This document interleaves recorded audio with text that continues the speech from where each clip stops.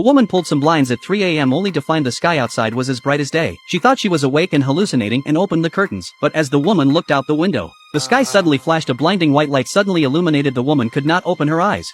Before she could react to what was going on, the window instantly returned to normal. The woman was dumbfounded and thought it was the Icelandic aurora borealis, so she went back to sleep without giving it a second thought. Little did she know that this light would be the beginning of her despair. The next morning, the woman and her boyfriend were going to try the Icelandic breakfast, but as soon as they stepped out of the hotel, they realized something was wrong because there were no cars or pedestrians on the large streets. What's going on? Don't people go out during the day in Iceland? So they wandered around with a puzzled look on their faces. But after walking for half a minute, they didn't see anyone. Even the square, which is usually full of people, was now empty. The two panicked and hurried into an open convenience store to ask for information. But after looking around, they realized there was no cashier at all. Realizing something was wrong, they started knocking on doors, but they couldn't get a single response even though their hands were almost broken. An inexplicable feeling of fear came over them as if they were the only ones left in the world. So they rushed back to the hotel to see if they had missed any important news. But when the boyfriend turned on his computer, he realized that all the websites were updated at 3 a.m. The man was completely panicked, but he still didn't want to believe that everyone could disappear in one night. So without saying a word,